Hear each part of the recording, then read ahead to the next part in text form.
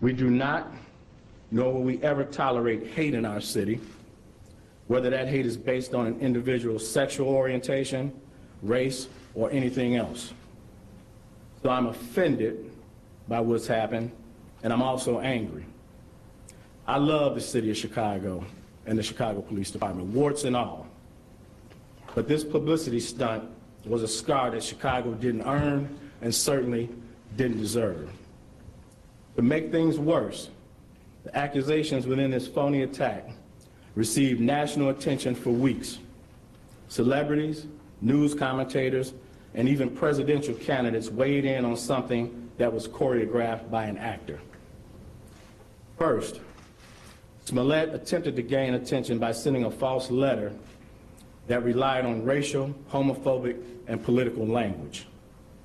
When that didn't work, Smollett paid $3,500 to stage this attack and drag Chicago's reputation through the mud in the process. And why? This stunt was orchestrated by Smollett because he was dissatisfied with his salary. So he concocted a story about being attacked. Now, our city has problems. We know that. We have problems that have affected people from all walks of life, and we know that. But to put the national spotlight on Chicago for something that is both egregious and untrue is simply shameful. I'm also concerned about what this means moving forward for hate crimes. Now, of course, the Chicago Police Department will continue to investigate all reports of these that we did with this one. But my concern is that hate crimes will now publicly be met with a level of skepticism that previously didn't happen. That said, Smollett was treated as a victim throughout this investigation until we received evidence that led detectives in another direction. I couldn't be more proud of the unrelenting detective work that went into this investigation, and I couldn't be more proud of every investigator that played a part in it. The detective work that we saw in this case is indicative of the work that our detectives do every day in this city. This case in particular involved hours of video evidence, which when combined with old-fashioned police work, uncovered the truth. These detectives deserve all the credit in the world for carefully analyzing the leads and the evidence for weeks before coming to their conclusion. I'd also like to thank the FBI for their help in this investigation. The FBI's partnership with CPD has been pivotal in this particular case. I only hope that the truth about what happened receives the same amount of attention that the hoax did. I'll continue to pray for this troubled young man who resorted to both drastic and illegal tactics to gain attention. I'll also continue to pray for our city, asking that we can move forward from this and begin to heal. And now I'd like to call up Commander Edward Watnicki, who personally led this patient and deliberate investigation, to walk everyone through how the Chicago Police Department arrived at this point. Good morning, everyone. My name is Edward Watnicki. I'm the commander of the Area Central Detective Division. I'm here to answer questions. Okay. The boss just corrected me. Please forgive me. I'm supposed to go through the timeline of our investigation. It's okay. So here's where we are. As you all know, on the early morning of February 29th at 2 o'clock in the morning, Jussie Smollett reported that he was the victim of a hate crime. Detectives responded to the incident and interviewed him eventually at Northwestern Hospital, where he reported to us that the two offenders yelled racial and homophobic and political statements at him and beat him, put a noose around his neck, and threw bleach on him, and then fled from the area. We learned at the time that Jussie was not hurt, other than scratches on his face, maybe some bruising, but no broken ribs or serious injuries. So we started a full-scale investigation into this hate crime, a very serious crime anywhere. We quickly found two persons of interest on video that we believed were the likely offenders in this case.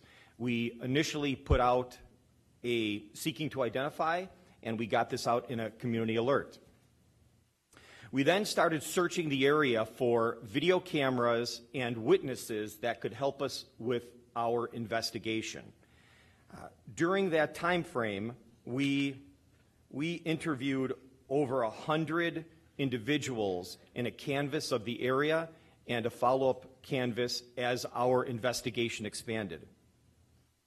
We located approximately 35 of our Chicago Police pod cameras in the area and in the areas that we determined these two persons of interest fled. We additionally found over 20 private sector cameras, and I got to say that was super useful in this investigation. The city came together to investigate and help the police with this crime. It was because of these pod cameras, our investment into technology in the city of Chicago, and the great assistance from the community in giving us those other cameras that led us to a really solid timeline of where our two persons of interest went. So in short, we were able to track them initially forward.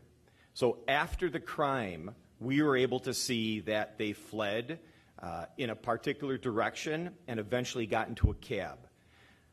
Our investigators located that cab, interviewed the cab driver, got some video out of that cab, followed that cab using all of these surveillance cameras that are located throughout the city, the pod cameras, to an area up on the north side where they abruptly stopped the cab, got out, and walked on foot.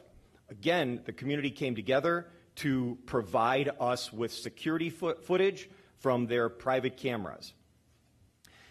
So at that point, we then started tracking these two persons of interest backwards to where they came from.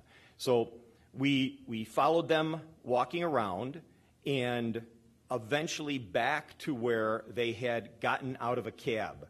So that was another individual that we had to interview and another individual where we sought video. We continued to track that cab back to the point where the cab was tracked down by our two persons of interest in a rideshare car. We then followed up on the rideshare, and that was the lead that we needed in order to identify the two persons of interest. At that point, we had a real good timeline of where these two people went. We were able to put a name to both of these individuals, and it was at that time that we started looking at where they went right after this event. We tracked them to going to O'Hare Airport and jumping on a flight to Nigeria. Our investigation led us to determine that they had purchased a round-trip ticket with them returning to Chicago on the 13th, so approximately 2 weeks after the incident.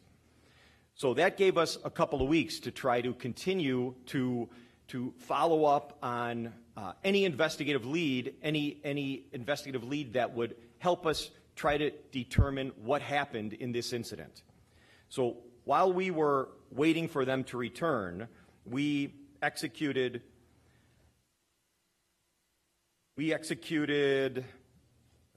over 50 search warrants and subpoenas, working with our partners in the state's attorney's office, phone records, social media records, and records on individuals to help us illuminate the likely facts that occurred in this event. So moving forward to the 13th, we had a team in place working with the FBI, Customs, and our partners out at the airport. Airport police helped us tremendously, and we were able to locate and identify these two individuals, these two persons of interest, when they entered back into the country at Customs. We took them into custody. We read them their rights, and they both initially asked for an attorney. They were brought to Area Central Detective Headquarters so that we could process them, and it was at that time that their attorney showed up. I think you've all seen her on the news the last couple of days. She came to us, and after speaking with these two people of interest, she said that something smelled fishy. She did not think that they were the offenders as were reported. She worked with us very, very closely to get to the point where she came to me and said, you really need to talk to these guys. I'm going to allow them to give you a video interview with us present, and we're going to have you hear their story. They are not offenders, they're victims. It was at that time that this investigation started to spin in a completely new direction. You've heard some of the statements that their lawyer, Ms. Schmidt, has made, and it was at that time that we took the information that these two individuals provided to us, and we substantiated the timeline and the details that they gave to us in this interview. We were able to substantiate those things. We worked very, very closely with the State's Attorney's Office. We had been working very, very closely with the State's Attorney's Office for over a week at that point, and it was then on the 15th, Friday the 15th, after approximately 47 hours of them being in custody and hours of them meeting with us and telling us their story and documenting their story, did we release them without charging, and I classified them no longer as suspects or persons of interest and as witnesses. So as is typical with any investigation, one would typically lock these witnesses into a grand jury statement. Monday was a holiday, the 18th. Tuesday was the first day that we could attempt to do that. So we scheduled a appointment with the grand jury, working again very closely with the State's Attorney's Office in this. And as you know, at the last minute, Jussie's lawyers called and said that they had evidence to postpone the grand jury that they wanted to provide to us. It was at that time that they called us, and I met with them, with a team of our detectives, and essentially they gave us no new information. So I reported that back to the State's Attorney's Office, and it was at that time that we locked in both of these witnesses to the grand jury. I'm told they did an excellent job, and then the State's Attorney's Office approved charges against Jussie for the Class 4 disorderly conduct false police report. We met with Jussie's attorneys, and we arranged for him to turn himself in, and as you all know, he turned himself in at 5 o'clock this morning in the 1st District in Chicago. Today at 1:30, Jussie will be going in front of a bond court judge, and the bond court hearing will be conducted at 26 in California.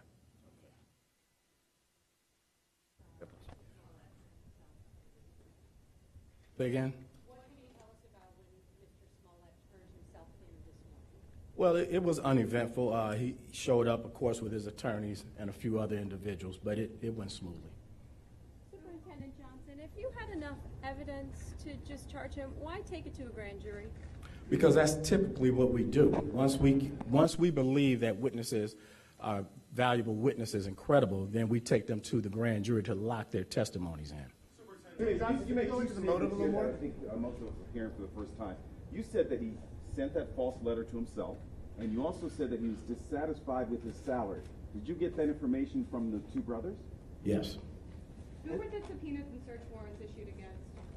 Well, a number of individuals. You know, we served subpoenas and warrants, of course, on Mr. Smollett, his manager for phone records, the two people of interest that we had. And so we still have quite a few search warrants and subpoenas out there that we're waiting. Superintendent, you talked about the detectives and the amount of resources that went into this case. Can you quantify how many man-hours went into this, how many detectives worked this case, and also can you confirm if detectives working the case from the February 7th shooting of that one-year-old were pulled from that case to work this case? We didn't pull resources from any shootings or homicide investigations. The detectives that you see behind me basically work on different teams, which include property crimes and things of that nature.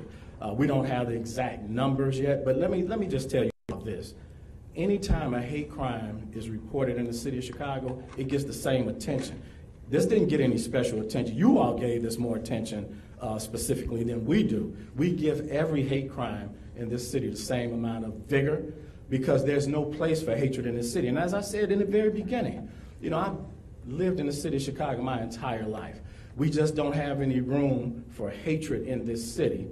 And for somebody to use it for personal gain, it's shameful, because what that does is take away the resources that we could be putting into other crimes. You think the brothers could be implicated vis-a-vis the letter?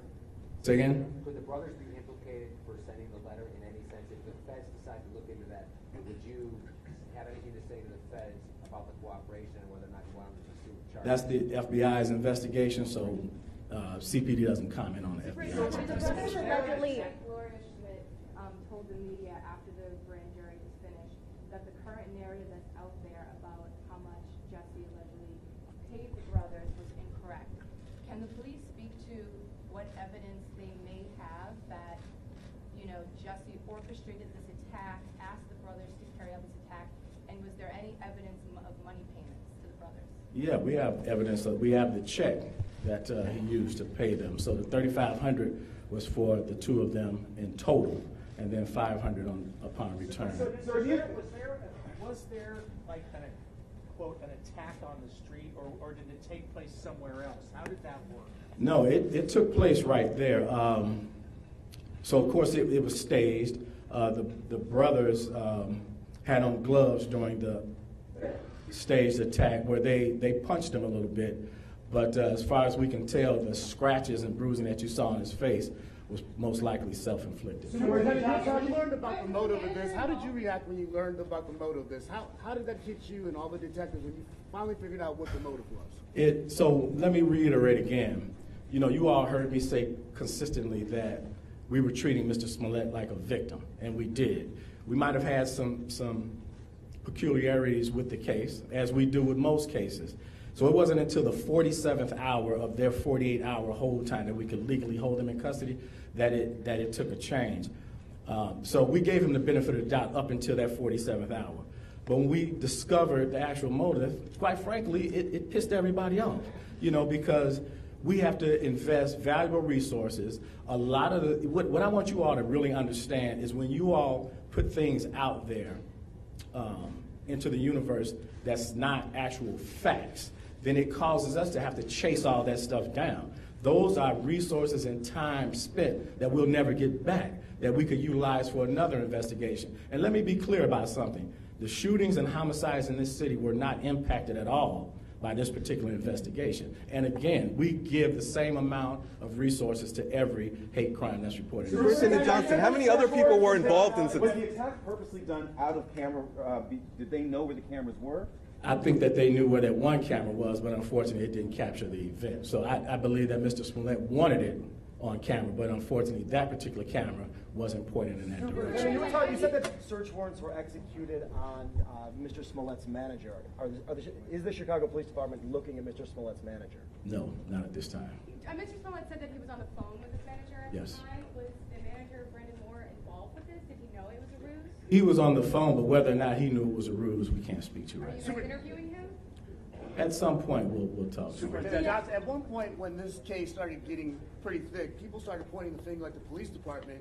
How did you take that when you saw people started talking negatively about the issues that were going on in the city? It was upsetting, and I want you all to realize this.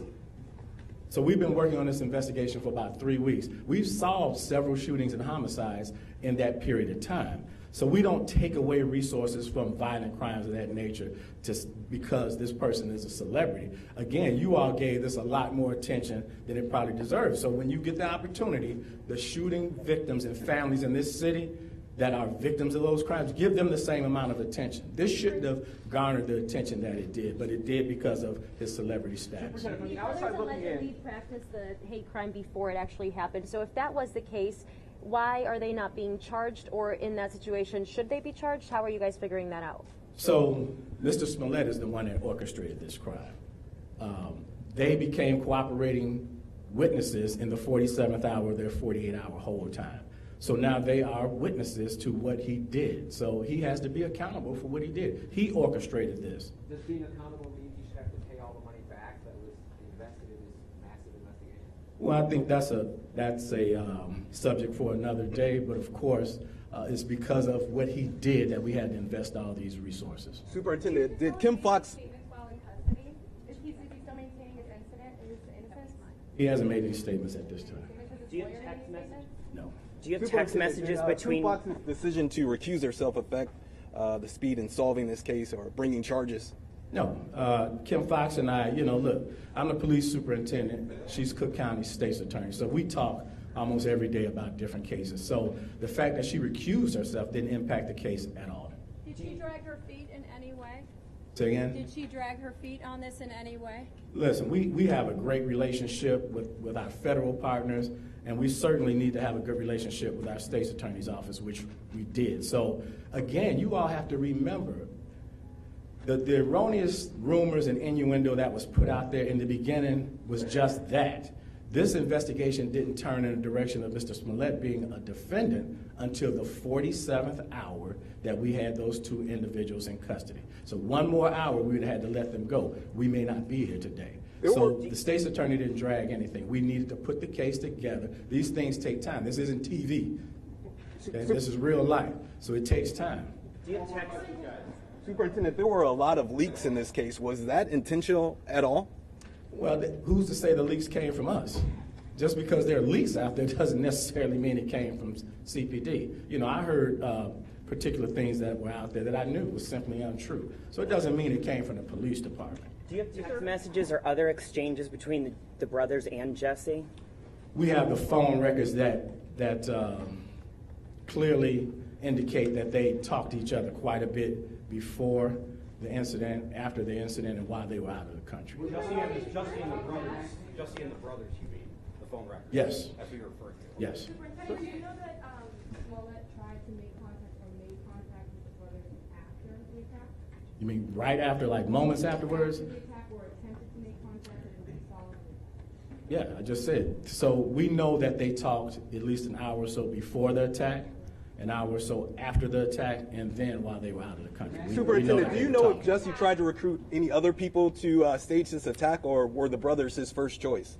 I don't know if they were his first choice, but that's who ultimately did it, but we don't have any evidence to suggest that. Why did you choose that? That the brothers might be victims in this?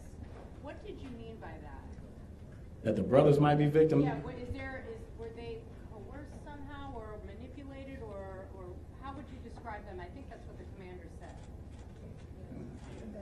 Yeah, boss, I think the fact that this was staged and that Jussie hired these two guys to stage this for his benefit and then spin this into a criminal investigation put them in a really tough spot as well, to the point where now they were arrested for a hate crime, and only because of just the incredible work by the entire team did we get to the point where we were able to get the truth from them, and now we are where we are today. Commander, why did Smollett hire those two brothers? I mean, can you describe like what their relationship was, like how close they were, Smollett was with those two brothers? Yeah.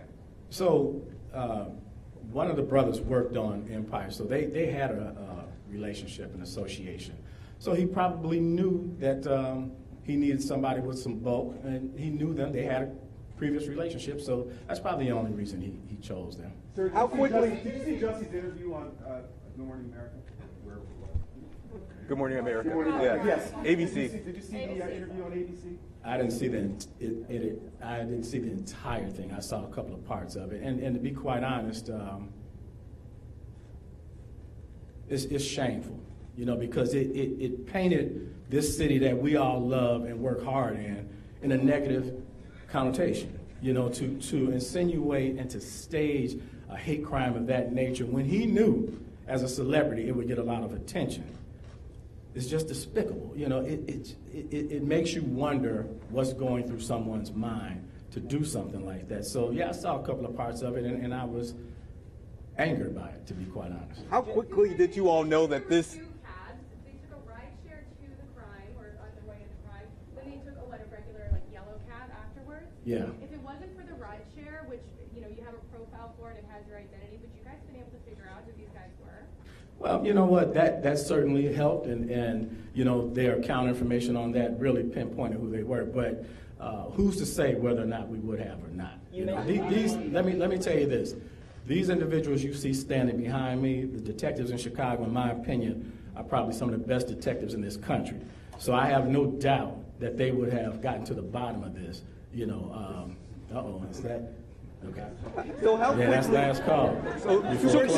How quickly after this crime was reported did you all figure out or think that something doesn't add up? Well, to be perfectly honest, from the very beginning we had some questions about it. But as I said, we gave Mr. Smollett the benefit of the doubt all the way up until that 47th hour of the 48 hours we could hold those two individuals, because we just didn't have the total package to support that it was a hoax. So when you heard me coming out saying we are treating him like a victim, that was the truth, because at that time, that's what he was. And I think anybody that reports a crime deserves the Chicago Police Department to treat them in that fashion until we have solid evidence to prove otherwise. Way in the back. The brothers were obviously incentivized by the check, but did they indicate anything else that made them do this, why they agreed to do it, and what they thought the outcome would be? Well, you know what?